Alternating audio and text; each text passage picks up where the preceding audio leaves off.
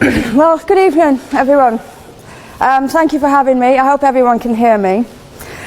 How to respond to a lot of this. First of all, on the bar, you said you admitted yourself that the bar had been set quite high. I would suggest, though, that the burden of proof is on the proposer rather than on us. It quite clearly says Islam is a religion of peace. I suggest you prove it. We've also been told here tonight when we opened that this debate must take place in the real world. Well, absolutely, yes, it must. It must take place in the real world. And I will describe what Islam is doing in the real world. We can sit and we can debate theocracy day in, day out. We will never agree. We can debate, is there a God, isn't there a God, is the Quran real, isn't it? None of it actually matters. What matters is what happens in the real world, as my opponent quite rightly said. My side of the argument is regularly told that we've heard it again tonight, we were described somewhat as hate. We were told that we are demonizing Islam, whipping up fear of Islam. Not the first time I've been accused of this, probably won't be the last.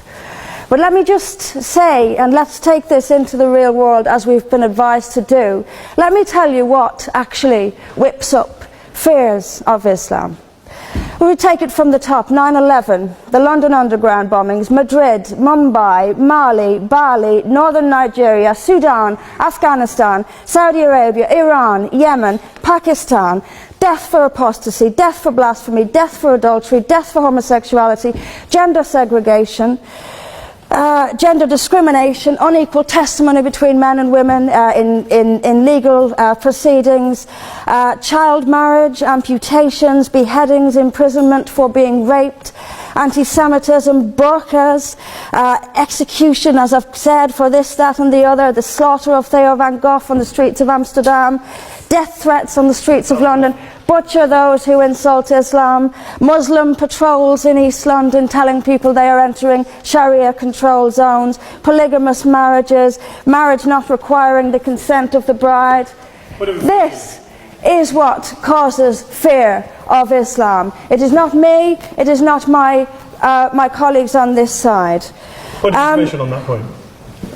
If Islam and Muslims are responsible for the Muslim patrols, I'm not finished. I'm not. No, I'm not. I mean, let me speak on. But the point is that it is not I or my fellow debaters on this side who are causing fear of Islam. It is the actions of Muslims that are causing fear of Islam. That is the real world. That is where we actually live. Then we'll be told that this is just the extreme fringe of Islam. Well, let me have a look at Saudi Arabia. Saudi Arabia is the birthplace of Islam, the custodian of its holy sites. In Saudi Arabia, a woman is not allowed to drive. She is not allowed to leave the house without a mahram. She is not allowed to vote, although they've been incredibly generous by allowing some votes in the next elections. This is apparently the extreme fringe of people are executed for blasphemy, executed for apostasy. In Saudi Arabia, the birthplace of Islam, we'll be told that's the extreme fringe of Islam. No, it is not. Calling Saudi Arabia the extreme fringe of Islam is like calling the Vatican the extreme fringe of Catholicism. Sorry, it just doesn't work. Then we'll be told that we've misunderstood. Violent Muslims have misunderstood. Saudi Arabia has misunderstood. Iran, which stones people to death for adultery, has misunderstood. Yemen, which marries children at the age of 9, has misunderstood. Has there ever been a more spectacularly misunderstood religion than Islam? It seems that these nations who apply it as their laws, nations which have the Quran as their constitution, innumerable nations, where there is no free speech, where there is no freedom of religion, they've all got it wrong. They've all got it wrong. It's quite a spectacularly misunderstood religion.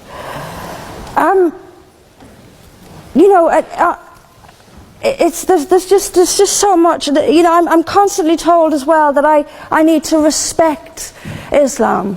I'm never quite given a good enough reason why. I am under no greater obligation to respect Islam than I am any other beliefs. I'm under no more obligation to respect a woman oppressed in the name of Islam than if she is oppressed by the BNP or anyone else.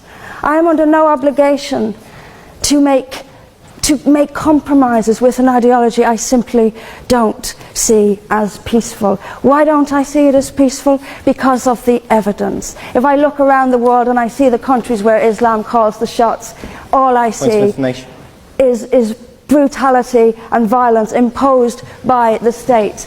We were told that peace is not just the absence of violence but the presence of justice. Absolutely. I do not see how in a nation where, as the only woman here, I have some particular issues with the way women are treated in Islamic states. Now you can argue that they've got it wrong.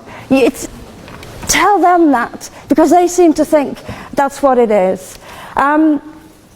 Yes, I mean, there's so much to say about it, but is there a peaceful Islam? Yes, there is. It's in the hearts of peaceful Muslims. Unfortunately, though, there's also a rather more objective Islam, and peaceful Muslims have to do some really rather creative interpretation, like the command to beat her. I've seen Muslim women. I didn't stand up for you. Well, I didn't. So if you could just have a bit. I knew this would happen. I knew this would happen, by the way. I knew this would happen. What I'm saying is completely controversial and will be booed and shouted down, and I have no doubt my colleagues the same. I knew this would happen. You say anything negative, you'll get the boos. I'm actually going to leave it there. But I will finish just by saying this. There are hundreds of millions of peaceful Muslims. That is a fact. But that does not mean that Islam itself is peaceful.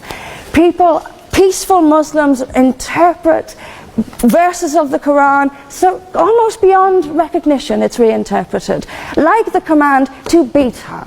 It's there in the Quran, and I've seen Muslim women try to dance around it. They put words in there that simply aren't there.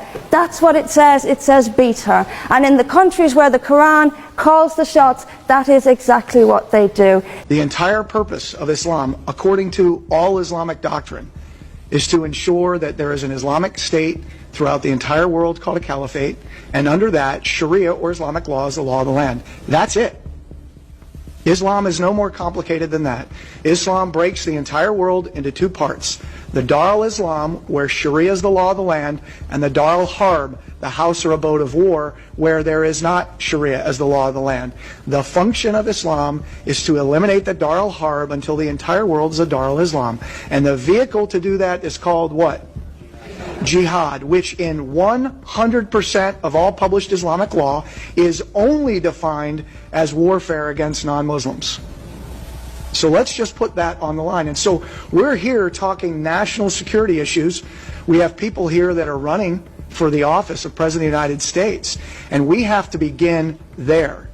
And what I would put forth is that since, and actually prior to, but since 9/11, our entire national security apparatus has been unprofessional in its approach to this war, from the 4-star generals to the office of the president to the national security staff to the leaders of DHS when it was created, the FBI, the CIA, and other agencies. Because we have said this has nothing to do with Islam, despite the fact that our warfighting doctrine says when you analyze an enemy, you start with who he says he is and why he's fighting. And 100% of this enemy that we're facing, from the jihadi in Chattanooga to the 9/11 hijackers and everybody before and in between, have all said we're Muslims waging jihad in the cause of Allah in order to impose Islamic law and establish caliphate, period. So that's what it is. And if we look in Islamic law, authoritative Islamic law, the kind you get at mosque bookstores, not at Barnes & Noble, you will see that 100% of them say that jihad is warfare against non-Muslims. And it's total warfare. It's not just guns and bombs. It's psychological warfare. It is political warfare. It's subversion. It is the whole 9 yards.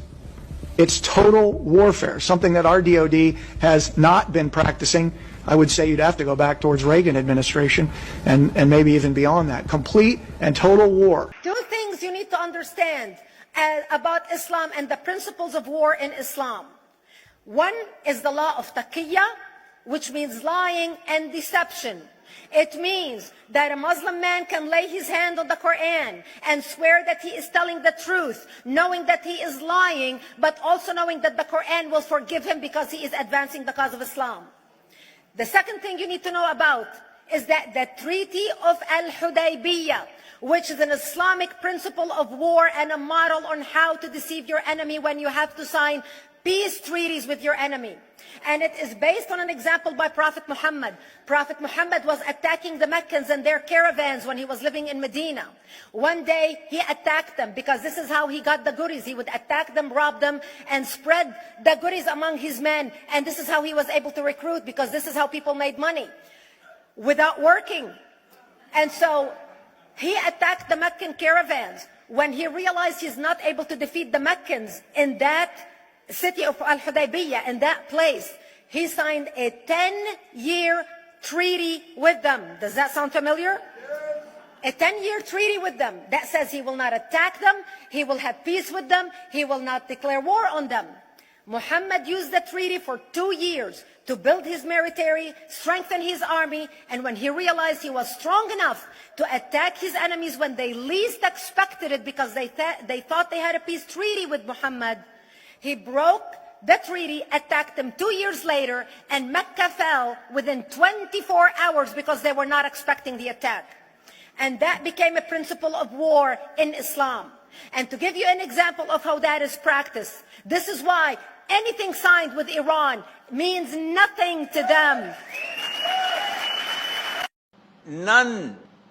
Non-Muslims, disbelievers, we enslave them. Oh, this is against human rights. This is human rights. How?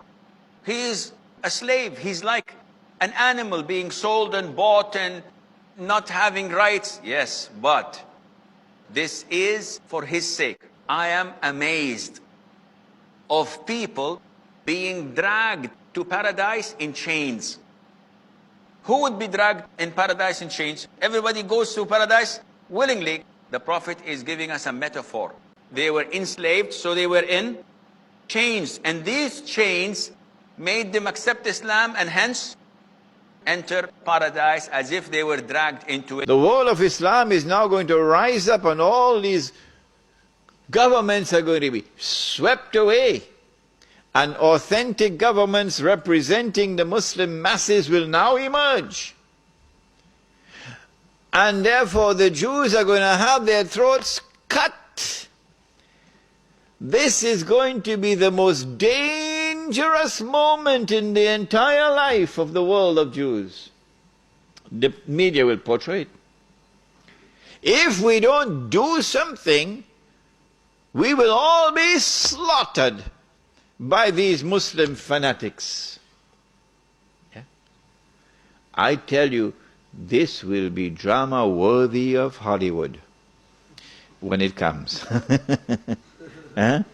They must be hating me now for revealing their secrets. It is in this scenario that Israel will say, we have to do something.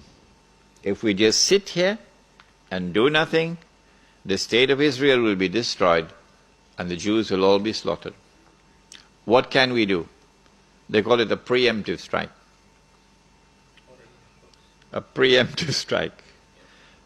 But it won't be a preemptive strike. It will be the most dazzling display of the magnificent application of state-of-the-art military technology that will leave even Uncle Sam in the backyard. A war like Uncle Sam has never seen and could never wage. That is what Israel is going to wage. Do they have the technology? I believe they have technology that even Uncle Sam doesn't have. It will be a lightning strike. Israel has to put on this magnificent display of military power and state-of-the-art technology beyond anything else that the world has ever known, in order for Israel to impress upon mankind the validity of its credentials, that is now going to become the new ruling state in the world. Before Fahad could even blink, the Israelis have taken over the Saudi oil fields, and the Iraqi and the Kuwaiti oil fields. The United States, of course, will make some noise, and Britain will make some noise, but will they send troops? No, of course not. The United Nations Security Council is now going to be used by the rest of the world, particularly Uncle Europe, and Uncle Japan, and the rest of the world. They will take the United Nations and seek to use the United Nations now to do something about this. Collective action to force Israel to withdraw. Because if Israel does not withdraw, Europe is going to be choked. Japan is going to be choked. And as the United Nations is now being used for the first time in its history, an attempt is being made to use the United Nations effectively by the rest of the world, I anticipate that the United States Congress, the Senate, and the House of Representatives will now pass resolutions forcing the US government to withdraw from the United Nations.